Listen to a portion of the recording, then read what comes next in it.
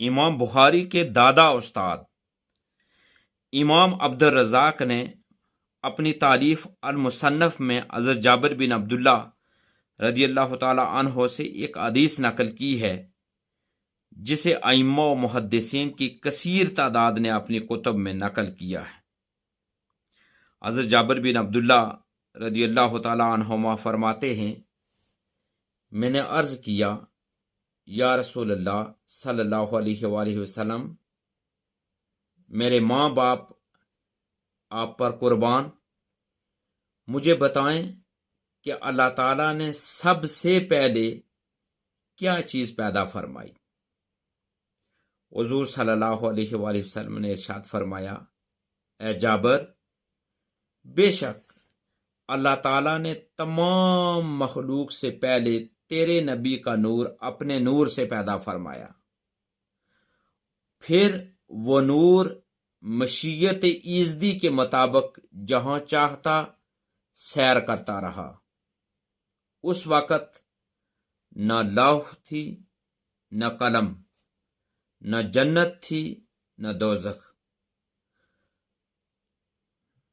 نہ فرشتہ تھا، نہ آسماں تھا، نہ زمین، نہ سورج تھا، نہ چاند، نہ جن تھا اور نہ انسان۔ جب اللہ تعالیٰ نے ارادہ فرمایا کہ مخلوقات کو پیدا کرے تو اس نور کو 4 حصوں میں تقسیم کر دیا۔ پہلے حصے سے اللہ تبارک و تعالیٰ نے قلم بنایا، دوسرے سے لوح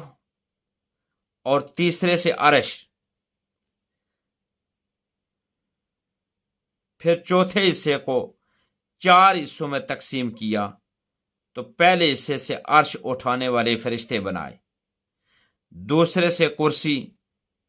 اور تیسرے سے باقی فرشتے، پھر چوتھے کو مزید 4 حصوں میں تقسیم کیا تو پہلے سے آسمان بنائے، دوسرے سے زمین اور تیسرے سے جنت اور دوزخ بنائے۔ یہ جو حدیث مبارکہ میں نے آپ کے سامنے پیش کی ہے، اس حدیث کو آج تک اتنے کثیر ائمہ و محدثین نے ذکر کیا ہے کہ یہ قبول عام کا درجہ حاصل کر چکی ہے۔ نور محمدی صلی اللہ علیہ وآلہ وسلم کے کائنات میں سب سے پہلے تخلیق کیے جانے اور آپ صلی اللہ علیہ وآلہ وسلم کو تخلیق آدم سے بھی پہلے شرف نبوت سے بہرہ یاب کیے جانے کے تذکرے بہت سی احادیث میں آئے ہیں، جنہیں مختلف الفاظ میں امام بخاری نے التاریخ الکبیر میں، امام مسلم نے الصحیح میں، امام احمد بن حنبل نے المسند میں، امام حاکم نے المستدرک میں،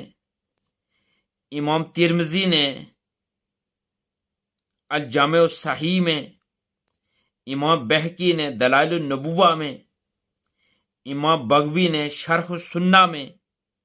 خطیب بغدادی نے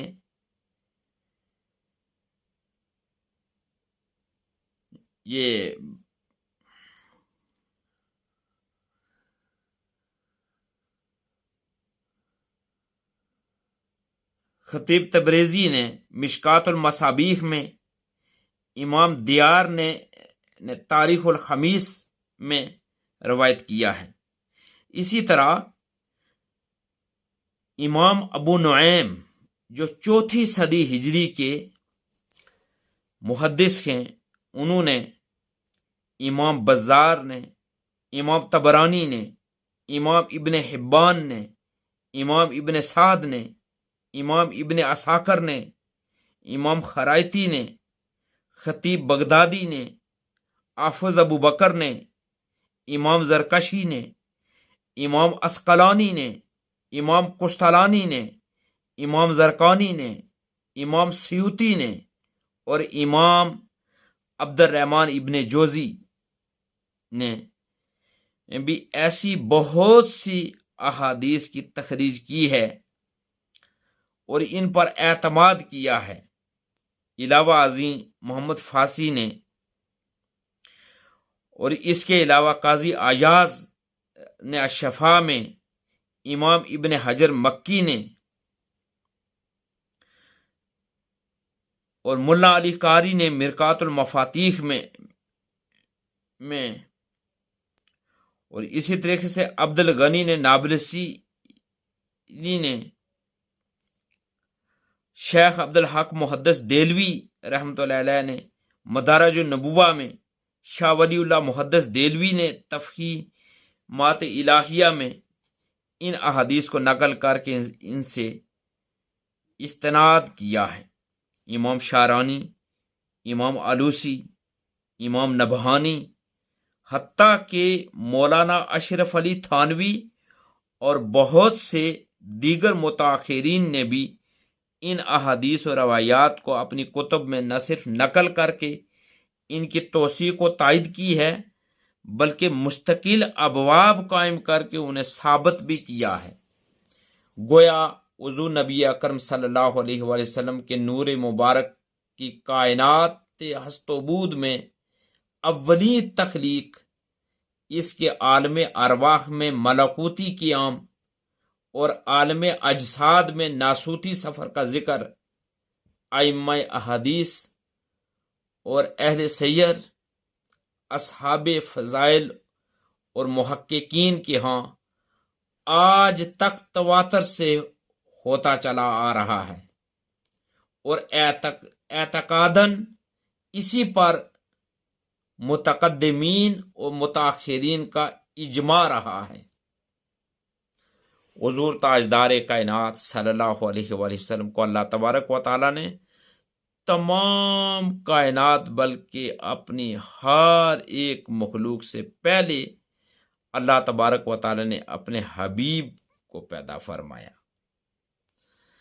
پیارے آقا صلی اللہ علیہ وآلہ وسلم کی ظاہری آیات طیبہ تو 63 برس ہے،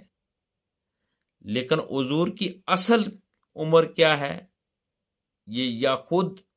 اللہ تبارک و تعالیٰ جانتا ہے، یا اللہ تبارک و تعالیٰ کے بتانے سے خود اس کے حبیب حضور تاجدار کائنات حضرت محمد مصطفیٰ صلی اللہ علیہ وآلہ وسلم جانتے ہیں۔ اللہ تبارک و تعالیٰ ہمیں اس قابل بنائے، ہمیں یہ توفیق عطا فرمائے کہ ہم اس کے حبیب حضور تاجدار کائنات صلی اللہ علیہ وآلہ وسلم کی سنتوں کے مطابق، سیرت کے مطابق ہم اپنی یہ دنیاوی اور عارضی زندگی گزاریں۔ دین کی بات پھیلانا صدقہ جاریہ ہے، ثواب کی نیت سے ویڈیو کو شیئر ضرور کیجیے۔ جزاک اللہ۔